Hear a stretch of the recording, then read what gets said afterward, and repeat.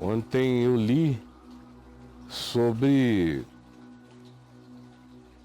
a afirmação peremptória de Jesus quanto ao fato de que a lei existe para servir o homem, para proteger a vida, não para acachapar a vida. Foi o que nós vimos. E como Jesus se colocou acima de tudo, colocou o Evangelho acima das leis, quando a lei, ao invés de proteger, é interpretada como algo dado para acachapar o homem. Jesus disse: eis aqui quem é maior do que todas essas determinações, sou eu, maior que o templo, maior do que tudo.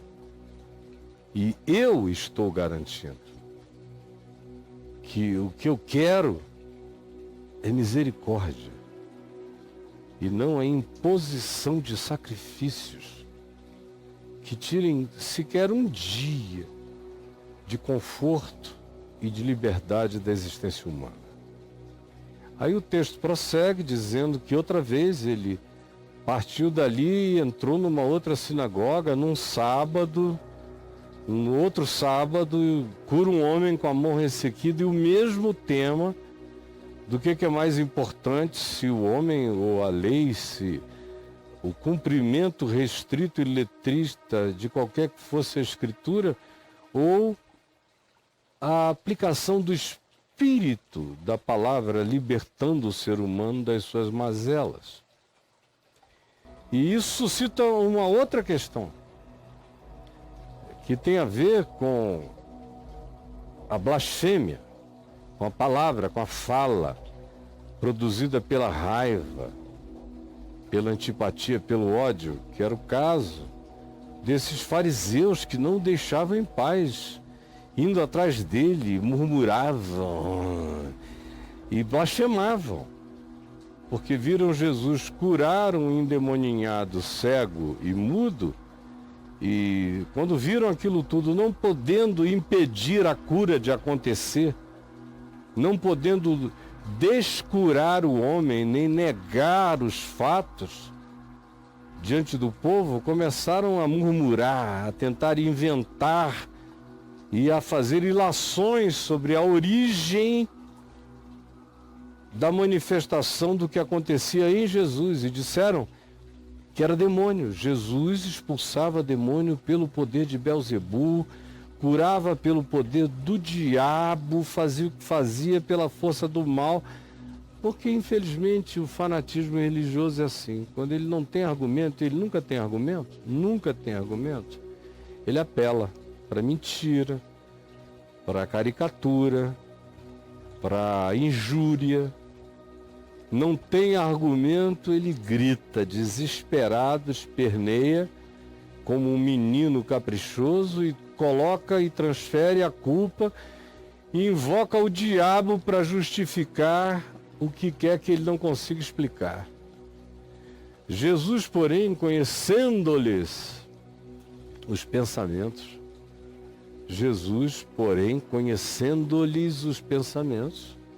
essa que é a coisa que o religioso fanático esquece. Ele só vive da cara para fora. Tudo que importa para ele é o que se encena, é o teatro. Por isso são chamados de hipócritas, de mascarados por Jesus. Esquecem justamente do essencial, de que Jesus, porém, conhecia-lhes o coração. O que estava aqui dentro, a maldade toda, como acontece conosco. A gente vai ficando com saturação cognitiva acerca do Evangelho. Ouve de Deus, fala de Deus, ouve de Deus, fala de Deus. Vai desenvolvendo saturação cognitiva. Depois de um tempo, Deus já não é mais Deus para o cara. Depois de um tempo, o ateu leva o não Deus dele mais em consideração reverente do que o crente, que fala de Deus o dia inteiro e mente, e esquece que o Senhor conhece os pensamentos. que ainda a palavra me não chegou à língua e o Senhor já a conhece toda. O ateu não esquece disso, mas o crente sim. E tanto mais quanto se torne fanático, mais viverá para as exterioridades e menos interioridade terá.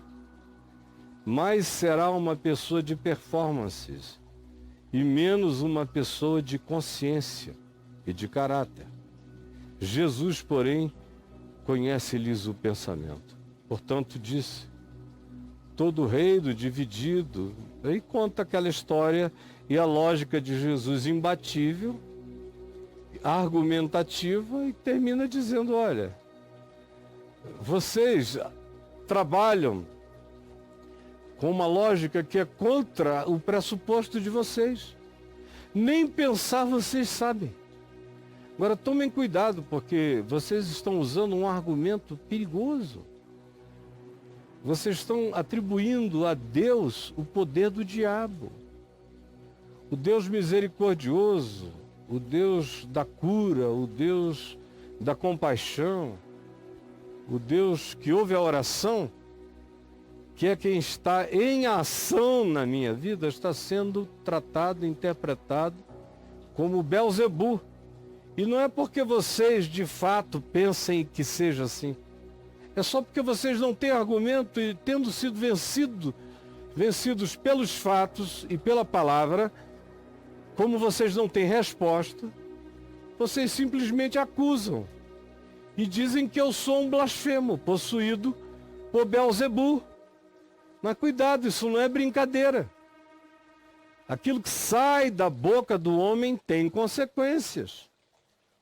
O que sai da boca do homem tem consequências. E cuidado para que, na inconsequência das palavras de vocês faladas, por falta de raciocínio, de lógica, de argumento, de pensamento e de bondade, não precisava nem ser inteligente, bastava ser gente.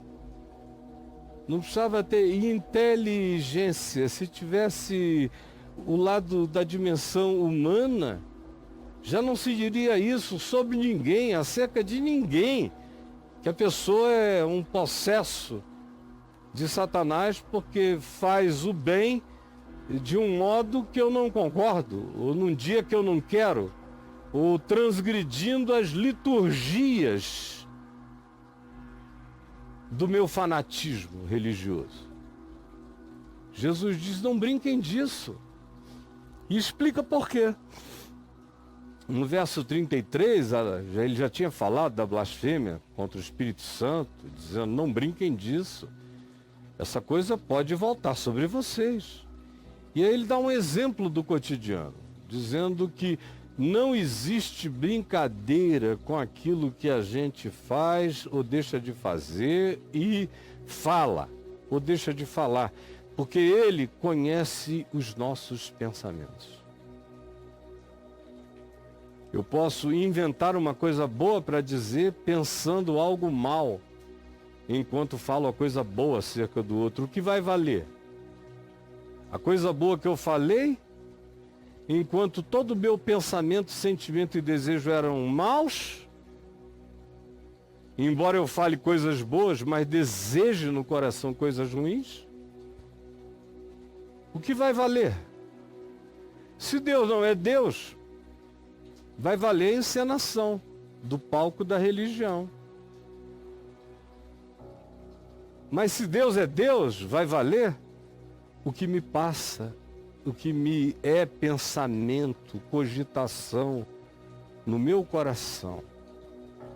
E se a cogitação do meu coração é perversa, se eu, mesmo sabendo que estou diante de alguém de Deus, digo que essa pessoa opera pelo poder do diabo, que tudo nele é de Belzebu, é de Satanás, sabendo todavia que não é, e tendo a coragem de sabendo que não é, dizer assim, só para não perder espaço de poder.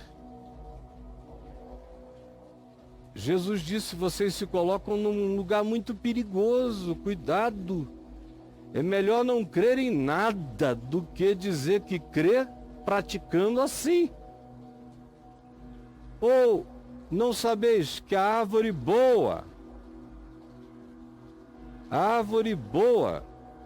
dá o seu fruto bom. Não existe discussão. A árvore boa dá o seu fruto bom.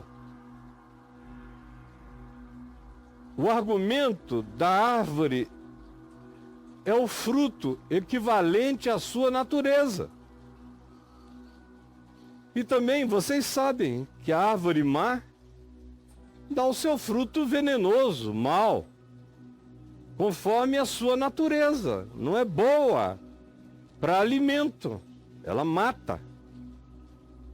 Por isso eu vos digo que pelo fruto se conhece a árvore, pelo fruto se conhece a pessoa. E assim como o fruto da árvore é segundo a sua natureza, o fruto do homem, da mulher, é segundo a sua natureza. E se manifesta frequentemente através das nossas palavras. Mesmo quando o indivíduo está tentando controlar.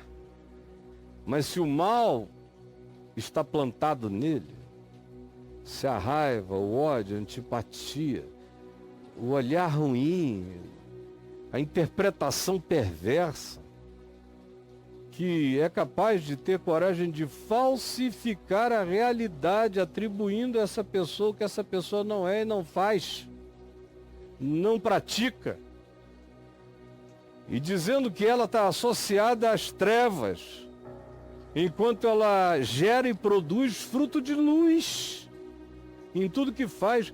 Mas mesmo vendo o fruto da luz, essas pessoas preferem atribuir a origem daquele poder ao mal. Jesus disse: cuidado. Vocês não estão vendo que o fruto é fruto de vida? Por que vocês estão dizendo que a fonte é má? É como atribuir a um pé de mandacaru a produção de mangas rosas, ou como dizer que a mangueira está cheia de espinhos. Cada um dá o fruto correspondente à sua natureza. Você sabe, todo mundo sabe disso.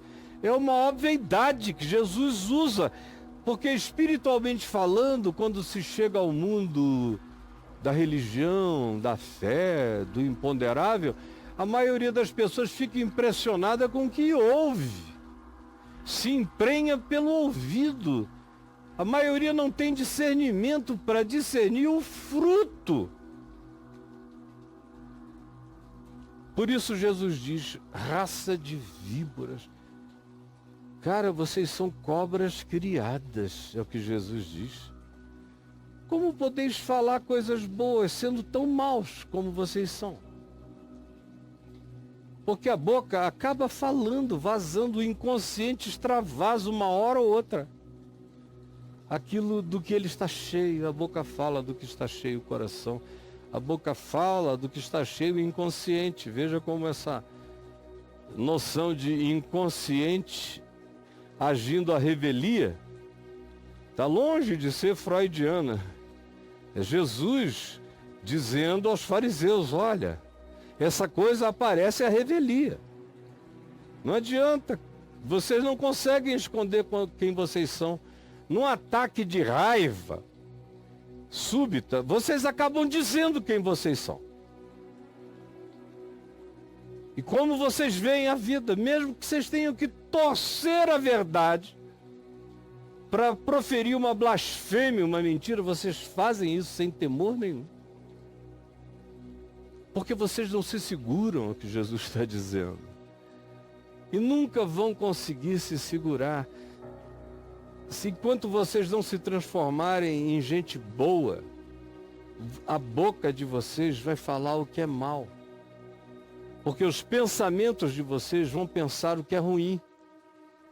E porque o fruto da existência de vocês vai ser equivalente ao pensar e ao falar de vocês. E mesmo que vocês sejam os melhores atores e consigam se calar durante muito tempo, chegará uma hora, todavia, que o interior de vocês vai se manifestar. A revelia. Porque ninguém consegue controlar o interior, o coração, o inconsciente para sempre. Muito menos o que é consciente em nós. E que a gente disfarça com máscaras de outra natureza, a máscara vai cair. E quando não se tem nem essa preocupação, como era o caso aqui, o que se manifesta é direto o que se tem no coração. O que se tem no coração é mentira, é raiva, é antipatia, é uma indisposição radical para aceitar qualquer coisa de Deus que venha daquela pessoa.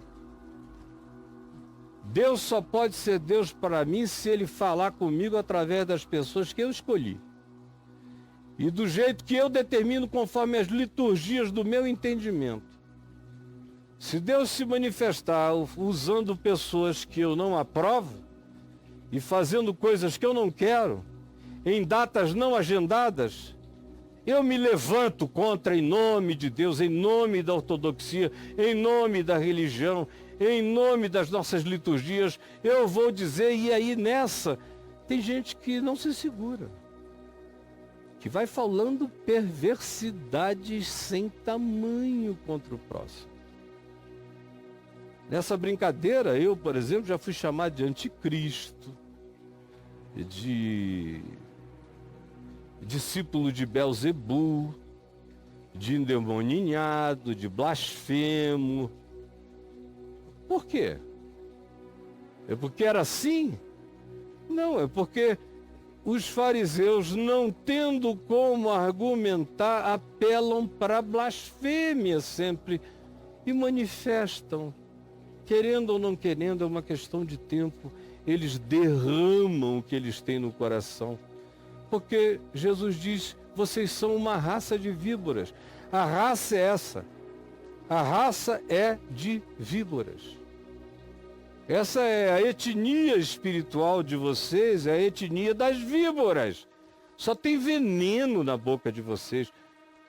Porque vocês concebem perversidade com os pensamentos e esguicham com a boca, com as palavras. Porque vocês são maus. Porque sempre será assim, a boca vai acabar falando aquilo do que está cheio o coração. Por mais disfarçado que você seja, chega uma hora que explode, que ninguém segura, como um vulcão em estado de eclosão. Porque o homem bom tira do tesouro do seu coração coisas boas. Até em relação às pessoas ruins, que tratam mal, o homem bom tenta ver o que existe de bom ali. Tenta ver como pode ajudar, como pode elogiar, como pode facilitar a vida. Mas o homem mau não. O homem bom tira do tesouro bom coisas boas no seu coração. Mas o homem mau tira do tesouro do seu interior, do que nele deveria ser o que está guardado, do baú do seu interior, tira coisas mais. Um tem um baú interior, um inconsciente cheio de bons desejos, porque ele ama o inimigo, ora por aquele que o persegue, está disposto a dar outra face, a entregar também a túnica, não quer ter razão, quer ter paz, seguir adiante no seu caminho, procurando fazer o que é certo e o que é bom da vida. Assim é um homem bom. Ele não faz o que é bom porque está sendo vigiado, ele faz o que é bom porque ele é assim, ele tira de si, ele está cheio daquilo. Ele foi ativado pelo Evangelho, o Evangelho está vivo dele, por isso o que sai dele é bom. Mas quando o coração é mau, é questão de tempo, chega uma hora, mesmo que o indivíduo seja educado, ele vai eclodir o que ele tem de mal guardado dentro de si. O homem bom tira do tesouro coisas boas, o homem mau tira coisas más. Por isso eu digo que de toda palavra frívola que proferirem os homens, por mais que sejam só bobagens, tome cuidado. Palavras têm um poder extraordinário. Palavras criam, palavras descriam, palavras curam, palavras adoecem, palavras levantam, palavras destroem, palavras enobrecem, palavras indignificam. Palavras é aquilo com que a gente constrói a vida. A vida não é construída de tijolo e de cimento, ela é feita de palavras, de pensamentos. Pensamentos que vão se transformar em comunicação. Comunicação que será curadora ou será destruidora. Será levantadora ou será arruinadora. Será verdadeira ou será mentirosa e amargurada, como era aqui o caso. Jesus deixa o tema da blasfêmia, que é uma coisa pesada, ele contrasta a blasfêmia contra o Espírito Santo com a palavra frívola. A blasfêmia só acontece se for um pensamento deliberadamente mal de uma pessoa que sabe que aquilo que ele chama de diabo não é diabo, mas assim mesmo ele determina que seja para os outros, só para não perder a guerra do embate. Ele chama Deus de diabo. Jesus disse, cuidado, porque isso pode não ter perdão. Dependendo da raiz profunda do teu coração, não brinca disso. Mas aqui ele já vai para o outro extremo. Ele diz, não precisa ser blasfêmia, basta ser frivolidade. Não brinque de frivolidade, de palavras inconsequentes, porque não existem palavras inconsequentes. Toda palavra frívola que proferirem os homens, eles vão ter que explicar a frivolidade. Por que que você chamou essa pessoa disso? Ou disse que essa pessoa era isso? Se você nunca nem sentiu o cheiro dessa pessoa. Ah, não, todo mundo estava falando, era o que todo mundo disse, eu passei adiante. Jesus disse, passou adiante não, você parou aí. Você passou a palavra e ficou fixado, preso, como uma borboleta esperando o dia do juízo. De toda palavra frívola, não é só de toda blasfêmia, é de toda palavra frívola, é aquilo que você cospe de idiotice sobre o seu irmão, contra ele, destruindo, manchando, trazendo nódoa sobre ele, provocando a desconstrução do seu irmão. Por mais que para você tenha sido só uma palavra frívola, não importa como você fala a palavra, o que importa é o que a tua palavra produz nos outros.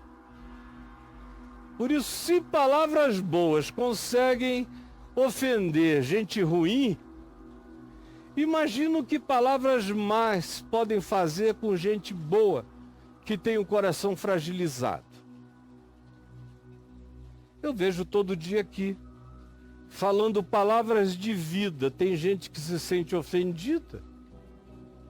Imagina se eu viesse aqui falar palavras de mal. Quanta gente eu não deixaria destruída. Jesus diz, não brinque de falar, porque pelas tuas palavras tu serás justificado, e pelas tuas palavras tu também serás condenado. E aí? Você que vem se jactando, dizendo, graças a Deus eu não blasfemo contra o Espírito Santo. Até porque é uma coisa muito difícil. O cara tem que ter uma competência extraordinária para blasfemar contra o Espírito Santo. O problema é a blasfêmia corriqueira contra o próximo, contra a vida, uma opinião assim, cara larga. Vai largando, soltando, arrancando pedaços dos outros e jogando pela vida inconsequentemente, como a maioria faz. Especialmente nesse ambiente de religião, cara, eita, ambiente inconsequente. Eu encontro políticos mais reverentes uns com os outros, até com o inimigo. Fala com mais parcimônia sobre ele, do que eu vejo alguns religiosos abrindo a boca e derramando coisas que eles nem conhecem, nem sabem sobre o próximo. Não tem nada que me deixe com mais temor e tremor e reverência no coração do que o risco que eu vivo todo dia, porque eu vivo falando há 46 anos, falando. A palavra é a minha pá, é o meu martelo, é o meu serrote. Eu sou um carpinteiro da palavra. Ou eu sou um engenheiro da palavra. Sou um construtor, como Jesus disse. Pela palavra você assenta o fundamento da boa confissão. E ergue o edifício sobre esse fundamento. É o que eu venho tentando fazer há 46 anos. E tomando cuidado com a minha boca. Não só enquanto eu estou falando, ensinando. Aqui é fácil para mim não falar nada errado, porque eu sei o que é certo. Sei o que é o Evangelho. Sei como Jesus me ensinou a pensar e nos ensina a pensar. E sei qual é o Espírito de Jesus, o Espírito de Cristo. O modo dele tratar, de ser. Então aqui é razoavelmente fácil não errar. Tem hora para começar, tem hora para acabar. O problema é na vida, onde a gente vai tropeçando uns nos outros, ou vai ouvindo histórias e aumentando histórias, ouvindo mentiras e contando-as adiante, e elas ficam fortalecidas pelos valores agregados de como você seja respeitado. Você pode tornar uma mentira, transformá-la numa verdade. Só porque você emprestou sua validação, sua respeitabilidade, seja lá o que for no mundo que você viva. Podia não ser verdade para sua mulher, agora passou a ser, só porque ela acredita em você. Não era verdade para os seus filhos, passou a ser, porque eles respeitam você. Não era verdade para o povo da sua igreja, passou a ser, porque eles ouvem você. E você, quando não está sendo blasfemo, o que nem competência você tem para ser, demanda um arraigamento mais inteligente, mas você é um ser frívolo. A sua maldade é a frivolidade. É esse derrame que vai adiante, pregando aqui e ali, o outro vai ficando deformado diante dos sentidos dos demais, porque você é um escultor de frivolidades. Você usa o cisel da frivolidade para esculpir enganos, mentiras, para fazer transferências e projeções enganosas. Jesus disse, não brinque disso, porque tanto mais quanto seja frívolo, mais consequência terá. Porque você não brincou nem de descobrir a verdade, você simplesmente vai adiante e derrama isso como expansão da sua maldade. Não brinque disso, porque pelas palavras de vida você vai ser justificado. E pelas palavras de mentira, de engano e de morte você será condenado. Deu para entender, não deu? Isso só muda Quando o coração muda, o tempo todo Jesus está dizendo, mas o Senhor conhece o pensamento deles, sabe o pensamento. Essas coisas só podem ser alteradas quando a gente é ativado, é transformado pelo Evangelho. Nasce de novo, é regenerado mesmo. Ganha o temor do Senhor. Anda com o temor e o tremor do Senhor no coração. Só o amor de Deus e o temor de Deus tiram as palavras frívolas da nossa boca, porque só o amor de Deus limpa os nossos pensamentos. Porque só o amor de Deus me faz pensar o melhor, desejar o melhor, orar pelo melhor, esperar o melhor, e não havendo nada de bom a dizer, é só o amor de Deus que me faz calar também.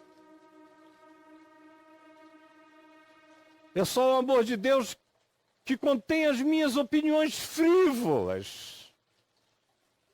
Para isso acontecer, eu tenho que estar cheio do amor de Deus e do temor de Deus no coração. Do contrário, é uma questão de tempo, o meu inconsciente vai se derramar e a maldade do meu ser vai se espraiar, vai ficar óbvio para os homens, porque para o Senhor já é um flagrante. Ele sabe os nossos pensamentos.